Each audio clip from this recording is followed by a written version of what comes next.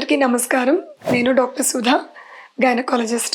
Winter సీజన్‌లో pregnant ఉమెన్‌కి cough, cold, fever ఇవి అటాక్ అయితే ఎలా మేనేజ్ చేయాలో చూద్దాం.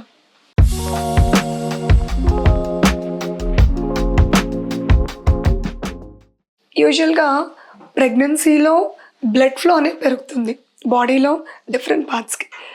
ఈవెన్ నోజ్, థ్రోట్‌కి కూడా పెరుగుతుంది. దీనివల్ల కొంతమంది ప్రెగ్నెంట్ ఉమెన్ స్టఫీ నోస్ అంటే ముక్కు బ్లాక్ అయిపోతుంది, లేదంటే పొడి దగ్గులాగా వస్తుంది అని చెప్తూ ఉంటారు. మేము వాళ్ళని ఎగ్జామిన్ చేసినప్పుడు వాళ్ళకి వేరే ఇన్ఫెక్షన్ సైన్స్ ఏమీ ఉండవు.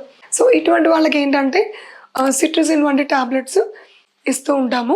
అండ్ థ్రోట్ అది వెట్గా ఉండడానికి ఎవ్రీ 15-20 మినిట్స్కి కొంచెం వామ్ వాటర్ లాంటిది సిప్ చేయమని అండ్ స్టీమ్ ఇన్హలేషన్ లాంటివి చేయమని సలహాలు ఇస్తుంటాం. అయితే ఒక్కొక్కసారి ఇవి ఇన్ఫెక్షన్ వల్ల కూడా రావచ్చు. థ్రోట్ ఇన్ఫెక్షన్ కానీ నోస్ ఇన్ఫెక్షన్ కానీ ఇలాంటివి వచ్చి ఫీవర్ కూడా డెవలప్ అయ్యే ఛాన్సెస్ ఉంటాయి. ఇటువంటప్పుడు ఎలాంటి మెడిసిన్స్ సేఫ్? యూజువల్గా ఏంటంటే ఇవి వైరల్ ఫీవర్స్ వల్ల వస్తుంటాయి. సో ఈ వైరల్ ఫీవర్స్కి మేము యాంటీబయాటిక్స్ లాంటివి అయితే ఎక్కువ ఇవ్వము. ఫస్ట్ ఫీవర్కి అయితే పారాసెటమాల్ ఇస్తాము, అండ్ కాఫ్కి, కోల్డ్కి సిట్రజిన్ లాంటిది ఇస్తాము. అండ్ కాఫ్ సిరప్స్ మటుకు చాలా కాషన్ తోటి ఇస్తామండి, ఎందుకంటే కాఫ్ సిరప్స్లో డిఫరెంట్ కాంపోజిషన్స్ ఉంటాయి. సో అవన్నీ కూడా సేఫ్ కాదు. సో డెక్స్ట్రోమార్ఫోన్ అనేది కొంతవరకు సేఫేనండి. సో అవసరమైతే ఇటువంటి మైల్డ్ సిరప్స్ వంటివి అది కూడా బాగా సిమ్టమాటిక్ ఉంటేనే ఇస్తుంటాం. అయితే ఈ ఫీవర్ యూజువల్లీ 2 to 3 డేస్లో ఆటోమేటిక్గా రిజాల్వ్ అవుతుంది.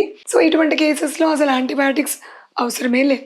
బట్ కొంతమందిలో మాత్రం ఈ సింపుల్ కాఫ్ కోల్డ్ కూడా వీళ్ళు ఇమ్యూనిటీ పవర్ తక్కువ ఉండడం వల్ల ఇవి డెవలప్ అయ్యి లంగ్ ఇన్ఫెక్షన్స్ కూడా వచ్చే అవకాశం ఉంటుంది. అటువంటప్పుడు ఖచ్చితంగా వీళ్ళకి యాంటీబయాటిక్స్ ఇస్తాం. అది కూడా ప్రెగ్నెన్సీలో సేఫ్ యాంటీబయాటిక్స్ ఉంటాయి, వాటిని మాత్రమే ఇస్తాం. చాలా తక్కువ మందికి అడ్మిట్ అవ్వాల్సిన అవసరము, ఐవి యాంటీబయాటిక్స్ కూడా ఇవ్వాల్సిన అవసరం పడుతుంది. అయితే ఇవి రాకుండా మీరు ఎటువంటి ప్రికాషన్స్ పాటించాలి చూద్దాం. First of all flu vaccine అని ఉంటుందండి.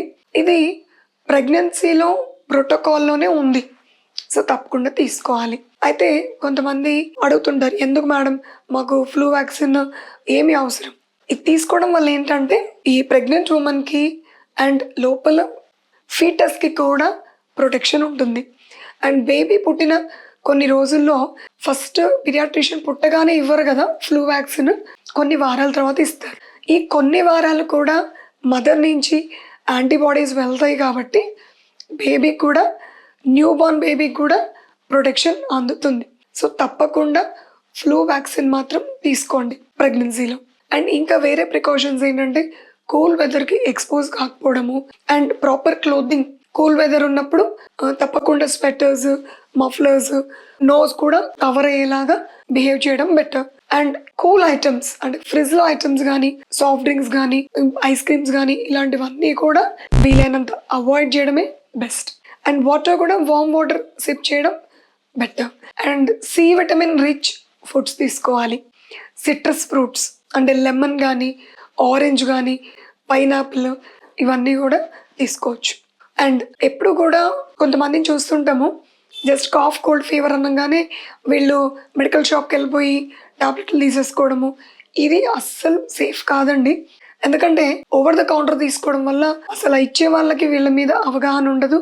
అండ్ కొన్ని ప్రెగ్నెన్సీలో తీసుకోకూడని కాఫ్ సిరప్స్, టాబ్లెట్స్ కూడా ఉంటాయండి. సో ఇవి అవాయిడ్ చేసి ప్రాపర్గా మీరు డాక్టర్ దగ్గరకు వచ్చి ఎగ్జామిన్ చేయించుకొని వాడడం సేఫ్. ఇంకొంతమందిని చూస్తున్నామండి, ఇది సింపుల్ కాఫ్ కోల్డే కదా అని చెప్పేసి ChatGPTలో వెతకడము, అది ఇచ్చిన సలహాలు పాటించడము, టాబ్లెట్స్ వేసుకోవడం కూడా చూసాము. కానీ ఆమె చివరికి ఏమైందంటే అది కాంప్లికేట్ అయ్యి అది ఆమెకి న్యూమోనైటిస్ కూడా డెవలప్ అయింది. అంటే ఆమె రావడం లేట్ అయింది హాస్పిటల్కి. ఈ మధ్యలో ఈ ఆన్లైన్లో ఇచ్చిన స్టఫ్ అంతా కూడా ఆమె తెలుసుకొని వాడడం వల్ల డయాగ్నోసిస్ లేట్ అయ్యి, కాంప్లికేషన్ అయ్యి, చివరికి అడ్మిట్ అయ్యి ట్రీట్మెంట్ తీసుకొని క్యూర్ అయ్యే పరిస్థితి వచ్చింది.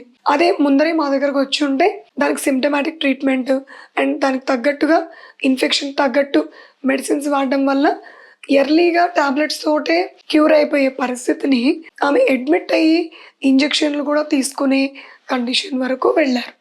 Thank you.